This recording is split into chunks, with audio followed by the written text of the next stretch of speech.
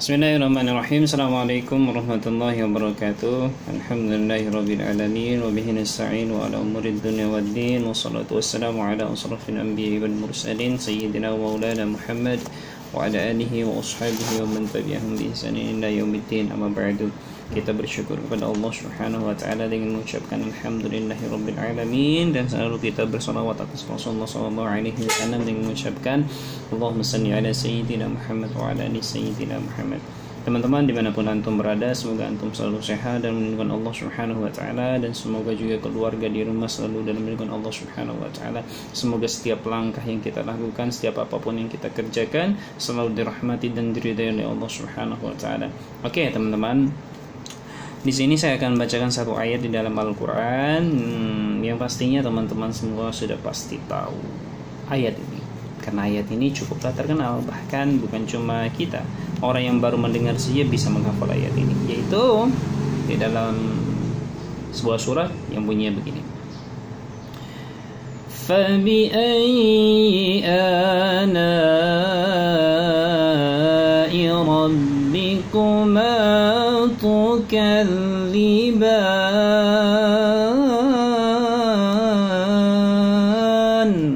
Nah, kira-kira gitu. Itu artinya sebenarnya apa sih? فَبِأَيِّ آلَاءِ رَبِّكُمَا تُكَذِّبَانِ. Nikmat Tuhanmu yang mana lagi yang kamu dustakan? Kira-kira gitu artinya. Jadi memang kenapa Allah Subhanahu wa taala mengatakan demikian? Karena memang begitu banyaknya nikmat yang telah Allah Subhanahu wa taala titipkan kepada kita. Ya, terutama ya nikmat antum bisa melihat, bisa ngomong, itu semua nikmat dari Allah Subhanahu wa taala. Bahkan Allah Subhanahu wa taala itu sampai mengatakan di dalam suatu ayat juga, wa in ta'udu ni'matallahi la tuhsuha innallaha ghafurur rahim. Artinya apa sebenarnya? Innallaha wa in ta'udu ni'matallahi la tuhsuha innallaha ghafurur rahim.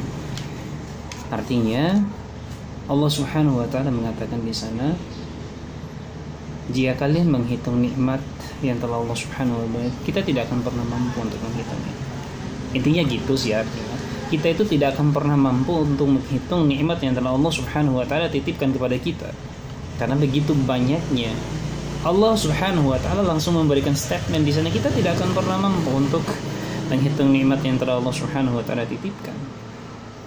Maka dari itu kita bersyukur kepada Allah Subhanahu wa taala.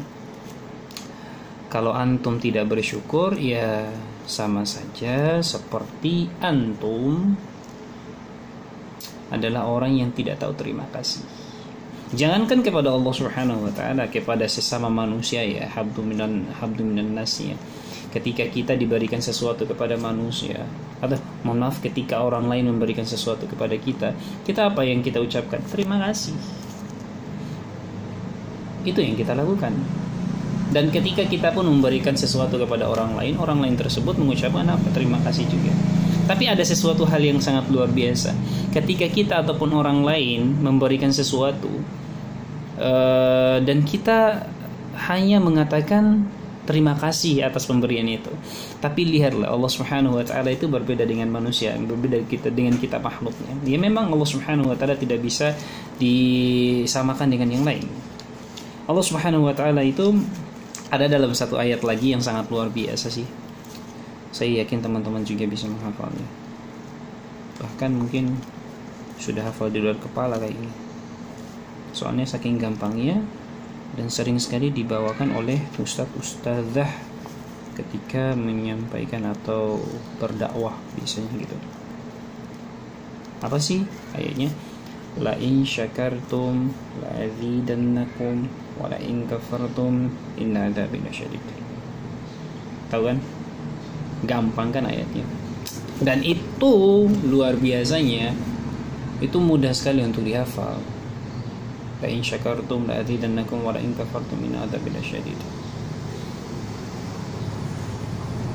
Siapa yang mensyukuri nikmatku, kata Allah, maka saya tambahkan deh gitu. Kalau bahasa kita, kamu bersyukur saya tambahkan loh. Tapi kalau kamu tidak bersyukur, azab saya itu sangat pedih. Luar biasa kan? Jadi kalau kita bersyukur atas apa yang telah Allah Subhanahu wa taala titipkan, maka Allah Subhanahu wa taala akan memberikan lagi kepada kita. Luar biasa kan? Kalau seandainya manusia, kalau kita kasih sesuatu, dia hanya coba misalkan ada seseorang yang berikan sesuatu hadiah kepada kita. Terus apa jawaban kita? Kita hanya bisa bilang terima kasih Bapak, terima kasih Ibu dan sebagainya. Pertanyaannya, apakah orang itu memberikan lagi sesuatu hal yang sama itu kepada kita? Tidak. Cukup sekali itu saja. Tapi Allah Subhanahu wa taala luar biasanya, ketika kita mensyukuri nikmatnya, satu nikmatnya kita mensyukuri, maka Allah Subhanahu wa taala akan memberikan lagi, akan menambahkan lagi nikmat itu kepada kita. Misalkan kita itu bersyukur kepada Allah Subhanahu wa taala atas nikmat mata, sehingga dengan nikmat mata ini kita bisa melihat dunia yang begitu indahnya ini. Maka ketika kita bersyukur kepada Allah Subhanahu wa taala, maka Allah Subhanahu wa taala akan menambahkan nikmat mata itu, akan mencerahkan mata ini, akan memberikan kebaikan, kesehatan pada mata kita. Begitu juga dengan tangan kita, kalau kita bersyukur, begitu juga dengan kuping kita, mulut kita, hidung kita, bernapas, badan dan sebagainya. Jika kita mensyukurinya, maka Allah Subhanahu wa taala akan berkenan untuk memberikan nikmat itu lagi kepada kita. Maka teman-teman semuanya, mari kita sama-sama bersyukur atas apa yang telah Allah Subhanahu wa taala titipkan kepada kita. Tidak ada alasan untuk kita untuk tidak bersyukur kepada Allah Subhanahu wa taala. Cara kita bersyukur dengan kita bukan cuma dengan cara alhamdulillah, terima kasih ya Allah dan sebagainya, tapi cara kita bersyukur yang lain adalah dengan menjalankan apa yang diperintahkan Allah, menjauhi apa yang dilarang Allah Subhanahu wa taala. Apa yang diperintahkan Allah Subhanahu wa taala yaitu sholat, ngaji, berbuat baik.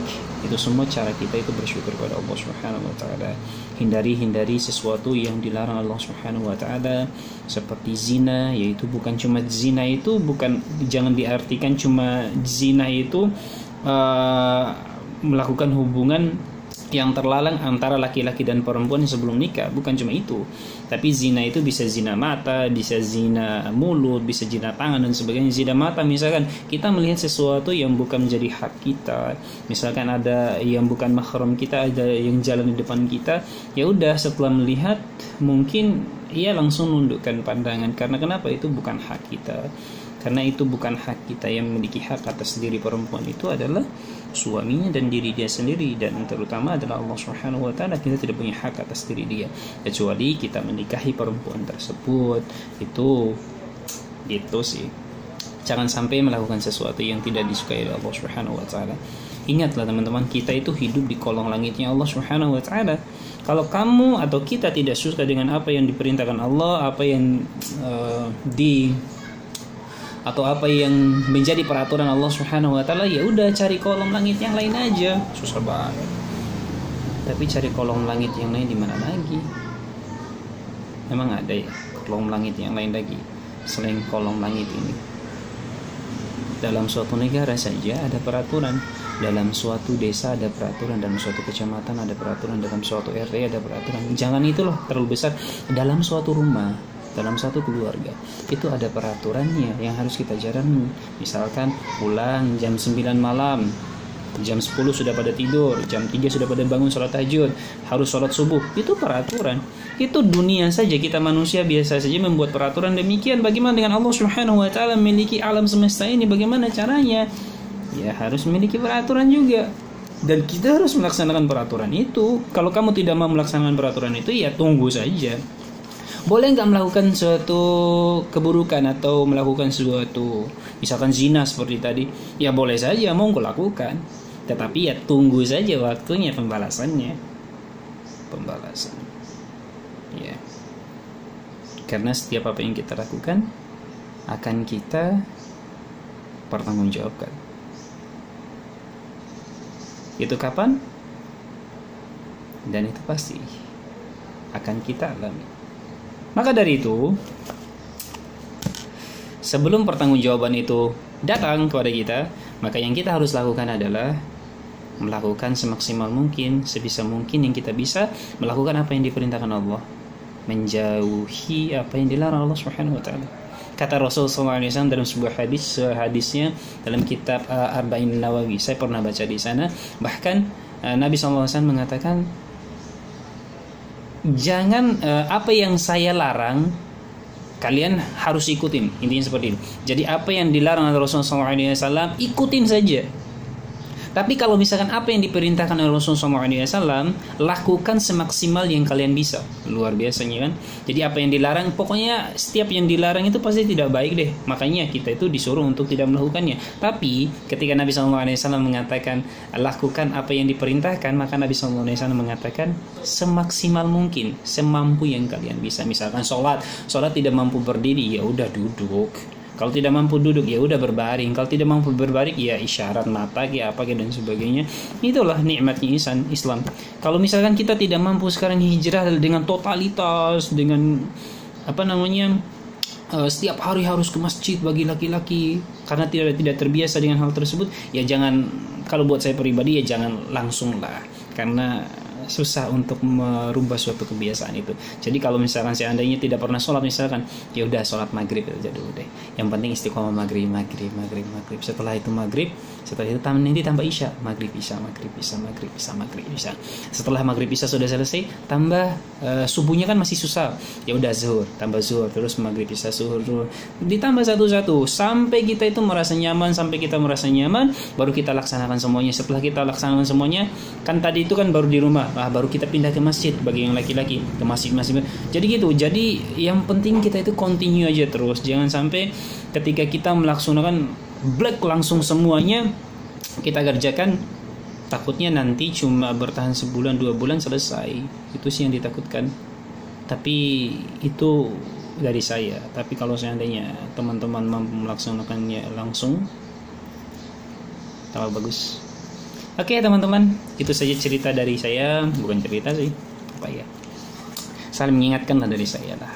Karena kita manusia kan harus saling mengingatkan antara satu dengan yang lain. Dan yang paling terpenting adalah bukan cuma mengingatkan teman-teman, tapi itu mengingatkan diri saya pribadi. Karena yang paling terpenting adalah diri saya pribadi. Sebenarnya saya menyampaikan sesuatu di video saya itu sebagai pengingat untuk saya. Ketika saya melakukan hal tersebut, saya itu sudah mengingatkan orang lain. Oh, saya itu sudah mengingatkan orang lain, kenapa kalau saya melakukan itu. Itu yang paling terpenting. Makanya setiap kali saya melakukan sesuatu, saya sudah mengingatkan orang lagi, saya sudah pernah ceramah soal ini lagi, masih sih saya melakukannya. Akhirnya apa yang saya sampaikan itu adalah teguran untuk saya sendiri. Itu sih kenapa saya sering mengirimkan video itu, karena untuk mengingatkan diri saya pribadi.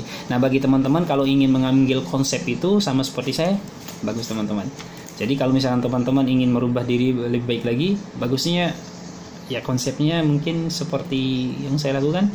Ingatkan orang lain tentang sesuatu, terus otomatis kan kita akan malu itu untuk melakukan sesuatu itu, karena kita sudah mengingatkan orang lain. Masa kita melakukan sesuatu, kita mengingatkan orang lain, jangan zina, harus sholat dan sebagainya, sholat tepat waktu. Wah, kita bilangin orang sholat tepat waktu atau memperingatkan orang untuk sholat tepat waktu, tapi kita sendiri tidak melaksanakannya, ya malu lah.